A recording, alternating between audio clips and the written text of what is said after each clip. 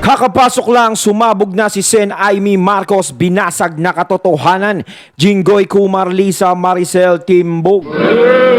Siyempre, itong balitang ito ay nagbula kay Philippines Trending News at ilalagay ko sa description box ang link ng channel ni Philippines Trending News para maging updated po kayo sa mga balita na kanyang inilalabas. At siyempre, ito ang kanyang lingkod na si BT na magbibigay ng reaksyon at komento dito sa videong ating matutunghayan ngayon. At huwag na natin pagtagalin at sabay-sabay na nating panoorin ang laman ng video na hatid sa atin ni Philippines Trending News at bibigyan natin ng reaksyon ang balitang ito. Pasok! Okay, ito, Senator Amy. Ayan. Ay, ito na. Talagang gusto ko tanungin kung busy ka pa kahapon, bakit hindi ka yata nakasilip man lang dun sa isinagawang pagdinig ng Senate Committee on Public Order ni Senator Bato de la Rosa dahil mainit yung issue na kanilang tinatalakay. Oo nga, totoo. Talagang hindi ako nakapunta. Pilit kong hinahabol yung kanilang hearing. Kaya lang, ang problema, may sariling hearing ako tungkol sa mga OFW natin sa Iraq, kung ano na ang sitwasyon nila, tapos yung ating mga OFW rin, ang mga seaman, ang mga sailors, kasi wala silang proteksyon, at yung malayang lolas na comfort women na hanggang ngayon di pa binibigyan ng tulong. Okay. So, busy-busy yan, di na ako nakahabol. Ikalawa, ang problema, wala akong masyadong alam noong 2012 dahil nasa probinsya ako, gobernador ako eh. Kaya baka wala rin akong maitulong. Nakita ko lang yung post ni Maharlika, pinadala sa akin, at eto nga, na-leak itong PDEA document na sinasabi.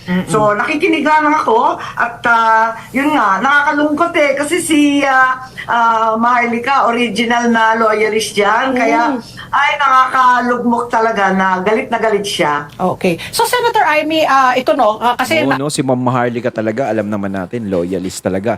Kahit noong 2022, nung election talaga, isa si Ma'am Maharlika talaga sa nag-i-endorso talaga sa mga Marcos. Ako rin nagulat kasi si Senator Bato, no, siya po ang nangunguna dito sa investigasyon na ito. Did you have any idea na he was going to call an investigation regarding this? Kasi sangkot rin po yung pangalan po ng inyong kapatid na nakaupo ngayong presidente. Nagbusina po ba siya? Nagbusina po ba siya sa inyo? At ano po yung naging reaction po? Hindi naman nagbusina kasi alam ko naman nakapending na yon. Meron talagang mga resolusyon na imbestigahan yan. Alam ko naman si Senator Bato gagawin niya ng tama. So, andyan. Hindi naman siya nagbusina pero yun nga, alam ko naka-schedule siya at bilang magiting at mahusay na pulis at Chief PNP, alam ko naman maayos ang gagawin. At sang-ayon ako doon kay Senator Cheese na huwag nang haluan ng kung ano-anong implikasyon, alegasyon, akusasyon na politikal. Kasi sa hunot dulo nito, iisa lang naman ang ating dapat suriin sa Senado, was the document authentic or not? Yun lang naman yun. Sa pakiwari ni Bato, nagpahiwatig siya, authentic naman daw. So yun lang talaga ang dapat pagsimula ng investigasyon. Pero tulad ng sinabi ko, hindi ako nakapunte. Nakita ko lang yung maanghang na pananalita ni Abo Morales. So actually ito yung ang pinagbulan nito, pati is yung Alitagtag Batangas na siya buhol na almost like parang 9.6 billion yata mahalaga if I'm not mistaken. Di ba may mga yate-yate Hindi, kaya pa. nga nakakaduda kasi nga nakakatawa, nag-umpisa sa 13 billion, biggest drug haul. Yes, daw. Tapos tinatanong ng ating mga mambabatas, bakit naging 9? Bisa napunta yung 4. Biglang bumaba. Parang magulo yung reporting. Kung minsan ganyan naman talaga, pero gusto nila... Yan ang hirap kasi, yung i-announce mo agad. No, halimbawa 13 billion, 'di ba? Tapos error, naging 9 billion pala. 'Di ba kailangan sisiguraduhin mo muna kung ano yung huli mo eh. Kasi mapag-iisipan ka pa ng masama diyan. Sabihin, ako, kinatkatan siguro yan. Ganon. Dapat bago nyo i-announce sa lahat, kailangan siguraduhin nyo muna in 101% na kung magkano yung halaga nung nahuli talaga. Kasi mahirap magkaroon ng error sa ganyan, lalong-lalo na pinamedya mo na agad. ng paliwanag. Yes. So ngayon, sumesentro ang usapin nga kung paanong of course para ang ang presumption may dumukot nung naturang nawawalang dokumento ng PIDEA. Kanina hindi ko meron kaming pinatugtog manang Amy na bahagi nung hearing kahapon na sinasabi nitong former PIDEA agent na si Jonathan Morales. Talagang yung record skipping nila that after having filed the report, Nandun lang. basta nandun daw sa PIDEA office because he was, I think, dismissed, no? For some reason, wala na siya sa PIDEA. Meron lang silang compilation ng mga folder doon na ano, you would really get the impression, ganong klase ang record skipping Kaya ng nga, PIDEA. kaya nga ako nagtataka. Kung nakahabol sana ako, tatanong ko, ano ba yun? Kasi nag-umpisa sila sa Daemon system, na computerized din. At noong 2014, ipinalit ito doon sa Formis system. So, ibig sabihin, papalit-palit sila ng system kasi diskumpiyado sila. At yun nga, mukhang may ibang nag-leak na rin dati. So, gusto ko marinig sana sa PIDEA, ano bang sistema ninyo? Ano bang procedure dyan? Inuuwi yung papel ng iba't ibang informant, ng iba't ibang intel agents. Pagkatapos, nakakalat din yung Daemon and Formis na paiba-ibang sistema. Medyo mukhang magulo yung record keeping. Kaya si Senator Bato naniniwala na totoo, authentic daw yung dokumento. Pero kailangan tignan natin ng maigi, baka talagang may mga loopholes. Kasi dapat hindi tayo mauwi sa politika, kundi talagang in aid of legislation na improve naman natin ng konti itong mga leaks na to. Alam naman natin ang drug trade, kabigat-bigat at talagang malakihang pera ang pinag-uusapan. So Senator, ito na ba yung huli na itong hearing na ito? Would you know, are you privy to any information po na ipapatuloy pa ba ni Senator Bato ito or ililihis na? Kasi nga pati po yung artista po si Maricel Soriano ay nasangkot rin po dito, no? At aside from your brother, the president nga. So ito na ba nag-appear na po si Maricel Soriano, she denied, sinabi niya wala siyang kinalaman po diyan sa dokumento niyan, ngayon nga lang daw niya yan nakita. So ito na ba yung huli? O ipupursu pa rin po ba ng Senado? Hindi ba waste of time rin po ang ginagawa ng Senado? Ang narinig ko, kasi nga wala ako doon, ang narinig ko, sabi ni Senator Bato, May 30 pa. So, tuloy-tuloy pa rin dapat.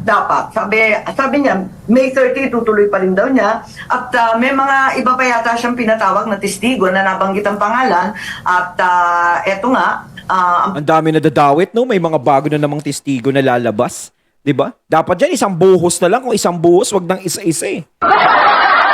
Magkaalaman na sila dyan. No, kasi parang mahirap din eh. No? pagkaintindi ko, itutuloy pa to sa katapusan. So post facto, so sinasabi nga nila, pinaninindigan nila authentic yung naturang leaked documents. And narito na po tayo sa punto, hindi naman natin po mapagkakaila, na yung mga naturang dokumento na yon ay ginagamit ngayon para lumalim pa, mas lalo pag lumalim yung hidwaan po ng dalawang kampo, hindi po ba? So and then, hindi din natin mapagkakaila, di ba? Si President Bongbong, ang taas ng trust and approval ratings, but then again, ang laki pa rin, ang lawak pa rin ng suporta ng mga Duterte, lalo na po si VP Sara. At hindi naman po natin din mapagkakaila, we cannot sweep it under the rug, na talagang eto na naman na ginagamit na naman ditong issue na to. Of course, ang inaano, si Bato, being chair nung committee na yon, bahagi nung investigasyon ng ICC, vis-a-vis itong ang pinanghahawakan naman nilang leverage na drug use in 2012. What do you make of that, Senator? Well, talagang nalulungkot ako kasi palala ng palala ang hidwaan. Aminin natin, talagang anghang na ang mga salita at hindi na maganda ang mga akusasyon. Ano? Talagang pati si Senator Bato, sinasabi nila na damay-damay sa ICC, pati si Senator Bongo, pati si VP Sara. Ano pa ang nangyayari? Hindi ko na maintindihan. Akala ko talagang itatayo natin ang soberanya natin at hindi papayagan yung ICC. Pero kung minsan may mga press release na hindi ko maintindihan mula sa DOJ. Ganon din yung nangyari doon sa confidential funds at yung iba't ibang intel funds ng DepEd, ng OVP, tungkol naman kay VP Sara, tapos may inilulunsad pang impeachment complaint. Kaya ang pagdinig ko, talagang mas magiging mainit pa yan sa susunod na mga kongreso at mga sesyon nila. Sana wag naman, kasi hindi naman ito ang kailangan natin, maibalik sa presyo ng bigas. Yan naman ang pinag-aabalahan ng taong bayan. Yan ang dapat na solusyonan. Hindi yung kanya-kanyang siraan. Kaya tama din naman si Willie Revillame. Kaya siya umatras. Dahil ang nangyayari, kanya-kanya silang siraan. 'Di ba? Kumbaga hindi ito yung inaasahan ng taong bayan na dapat nating makuha. Ang dapat nating makuha is yung mga maglilingkod sa bayan na handang paglingkuran yung mga tao. Kaso nga lang ang problema is eto, nangyayari. Siraan dito, siraan doon. 'Di ba? Hindi na tuloy makapagtrabaho ng maayos, hindi na natin maresolba kung ano ang problema natin. No? Kanya-kanyang linisan ng pangalan, ganito. Ang nagiging kawawa dito kung tutuusin, alam mo, tayong mga taong bayan eh. 'Di ba? At saka isa pa, sa nangyayaring ito sa hidwaan ng dalawang panig talaga, sa mga Duterte at Marcos, uulit-ulitin ko na ang nagiging credits dyan ay yung mga yellow. Think. Diba? Sila yung tuwang-tuwa sa nangyayari na yan. Huwag silang mag-deny. Alam ko, ganyan nangyayari. Tingin ko lang, malay nyo, diba? Siyempre, sino ba namang tanga makakaisip no na akala natin mag-aaway ang dalawang yan, ang Marcos at Duterte? Alam naman natin ang mga Duterte malaki yan na itulong sa mga Marcos. O sasabihin na naman ng mga ibang nagko-comment na wala naman na itulong ang mga Duterte sa mga Marcos eh. Hello, sandali po. May ipapaalala ko sa inyo ulit, no, na ilibing ang kanilang ama sa libingan ng mga bayani ni FPRRD. Pinayagan, pinahintulutan. Sino po bang presidente ang nakapag-isip na ilibing si Apo Lakay? 'Di ba? Dito sa bansa natin. 'Di ba si FPRRD? Kaya isang napakalaking bagay na 'yon para sa mga Marcos talaga. Isang napakalaking nagawa yung magbigay ng respeto sa kanilang ama. 'Di ba? Hindi talaga natin inaasahan. Ganon din naman ang mga Marcos may naitulong sa mga Duterte. Dahil nga ang loyalist, nagsama ang mga DDS loyalist, pumutok. Lalo, lumaki ang panalo ni PBBM. 'Di ba? Kaya naging presidente si VP Sara, mas lumaki ng lumaki. Kung tutusin kay VP Sara, mahina naman yung mga kalaban niya nung eleksyon ng Vice. 'Di ba? Hindi talaga si VP Sara, is alam naman natin talagang mananalo nung mga panahon na 'yon. So si Lenlen nangarap na kala niya makakadikit kay PBBM, hindi eh. Humalo na dun yung mga DDS supporters eh. 'Di ba? Kaya lumobo yung kay PBBM. Ngayon, is magkakaalaman talaga. Sa senatorial pa lang, magkakaalaman na yan eh. Kung sino talaga ang mas malakas. 'Di ba? Ilan ba ang mananalo sa senador ng mga Duterte? Ilan ang mananalo sa senador ng mga Marcos? 'Di ba? Parang ang nangyayari kasi ngayon is parang pinag-aaway-away sila. No? Gumapang ng gumapang mula confidential fund, ganyan. Gumapang ng gumapang hanggang dito, lumawak ng lumawak. Nagtagumpay yung alitap-tap. Kaya nga sinasabi ko din ulit, dati, na sa nangyayari ba dun sa alitap-tap na gumawa na itong hidwaan na to, is sa tingin niya ba na malaki maitutulong sa kanya nito? Malamang hindi. Kasi once na bumagsak ang mga Marcos, is bagsak din kung sino ang mga kasama niya. Ganun yun eh. Dapat inisip niya yun. 'Di ba? Kaya nga dapat is sa malinis na paraan na lang. Ang ibig ko sabihing malinis na paraan, mas maganda pinakita mo na lang na maglingkod ka sa taong bayan. 'Di ba? Ganun na lang sana. Nagkaroon ka pa ng magandang record. 'Di ba? Alam niyo ba kasi yung tinutukoy ko, mga katunay? At nung nabuo yung unit team, yung lang naman ang gusto kong mangyari, na wala ng bakbakan, highly polarized ang Pilipino, red, yellow, technicolor. Nung nag-unit team, akala ko talaga buong tiwala ko na wala na tayong pag-uusapan ng politika, puro mag-unlad, trabaho na! pagkain ng tao, yung edukasyon. Si PBBM kasi, ang gara. Nagsalita ka pa kasi na wala ng kulay-kulay. Lahat kasama na eh. Alam nyo kasi, no, naghihintay lang ng ganyan yan eh. O, di ba? Sa mga apostol, walang hindi pwedeng magkaroon ng Judas dyan. Na kunwari, makikisama sa'yo. Di ba? Kunwari, susunod sa'yo. O, papapasukin mo sa bakuran mo.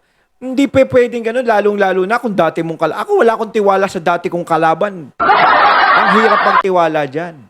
yun, tutok na tayo sa lahat na yan. Imbis na, yun ang nangyari, mas lalo pang gumulo. May West Philippine Sea pa, may meron pa impeachment, tayo may ngayon. ICC, Bakit may tapos impeachment? lumabo pa yung bigas sa Kaya tayo 60. destabilization. Hindi ko tanggap ang mga pangyayari talaga. Ako talaga, yung bigas, di ko matanggap eh.